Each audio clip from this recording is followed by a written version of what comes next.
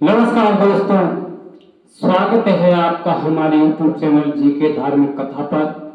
तो दोस्तों, आज हम आपको इस वीडियो के माध्यम से राजा रघु के जन्म की कथा सुनाने के लिए जा रहा हूं। तो सूर्यवंशी राजा दिलीप बड़े ही धर्मपरायण, गुणवान, बुद्धिमान और धनवान थे। यदि कोई कमी थी तो वह थी कि उनके कोई संतान नहीं थी। सभी उपाय करने के बाद जब कोई सफलता नहीं मिली तो राजा दिलीप अपनी पत्नी सुदक्षिणा को साथ लेकर महर्षि वशिष्ठ के आश्रम संतान प्राप्ति के आशीर्वाद प्राप्त करने पहुंचे। महर्षि वशिष्ठ ने राजा का अतिथि सत्कार किया और आने का प्रयोजन पूछा। तो राजा ने अपने निसंतान होने की बात बताई। तब महर्षि वशिष्ठ बोले, हे राजन, तुमसे एक अपराध हुआ है, इसीलिए तुम्हारी अभी तक कोई संतान नहीं हुई है। तब राजा दिलीप ने आश्चर्य से पूछा, गुरुदेव, मुझसे ऐसा कौन सा अपराध हुआ है कि मैं अब तक निसंतान हूँ? कृपा करके मुझे बताइए। तब वशिष्ठ बोले, राजन, एक बार की बात है, जब तुम देवताओं की एक युद्ध में सहायता करके लौट रहे थे, तब रास्ते में एक विशाल बड़ वृक्ष के नीचे देवताओं को भोग और मोक्ष देने वाली कामधेनु विश्राम कर रही थी और उनकी सहचरी गौ माताएं निकट ही चल रही थी। तुम्हारा अपराध यह है कि तुमने शीघ्रतावश अपना विमान रोककर उन्हें प्रणाम नहीं किया। जबकि राजन, यदि रास्ते में कहीं भी गौवंश दिखे तो दाईं ओर होकर राह देते हुए उन्हें प्रणाम करना चाहिए। यह बात तुम्हें गुरुजनों द्वारा पूर्व काल में ही बताई जा चुकी है, इसलिए फिर भी तुमने गौवंश का अपमान और गुरु आज्ञा का उल्लंघन किया है। इसलिए राजन, तुम्हारे घर में अभी तक कोई संतान नहीं हुई है। महर्षि वशिष्ठ की बात सुनकर राजा दिलीप बड़े दुखी हुए। आंखों में आंसू लेकर के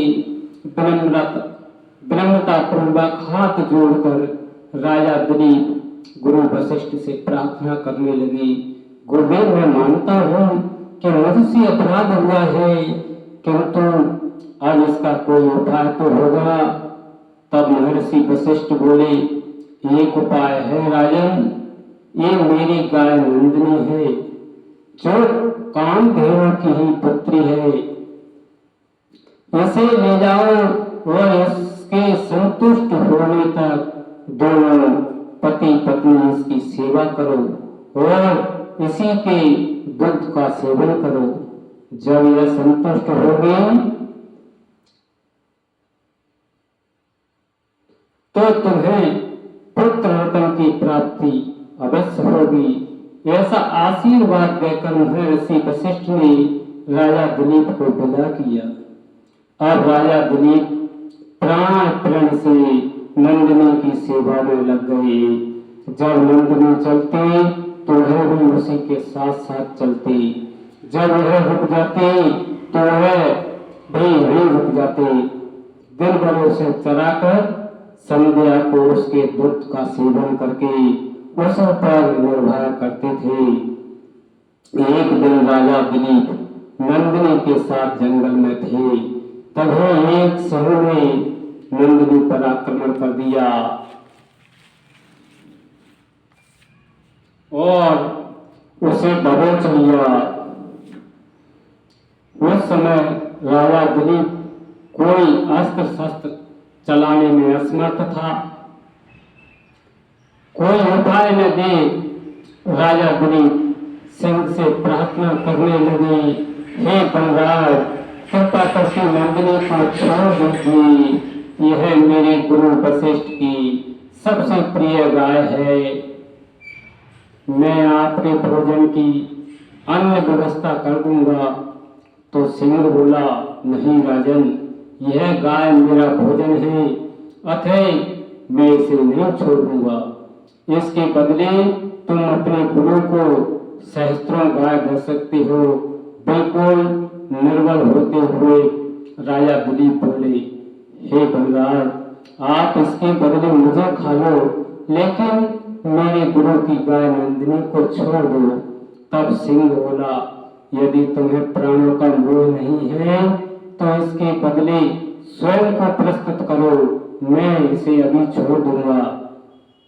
कोई उपाय न देख राजा दिलीप ने सिंह का प्रस्ताव स्वीकार कर लिया और स्वयं सिंह का हार बनने के लिए तैयार हो गया।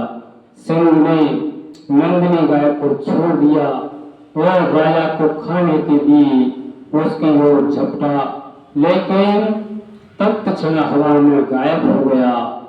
तब नंदिनी गाय बोली, उठो राजन, यह माया जाल मैंने ही आपकी परीक्षा लेने के लिए रचा था।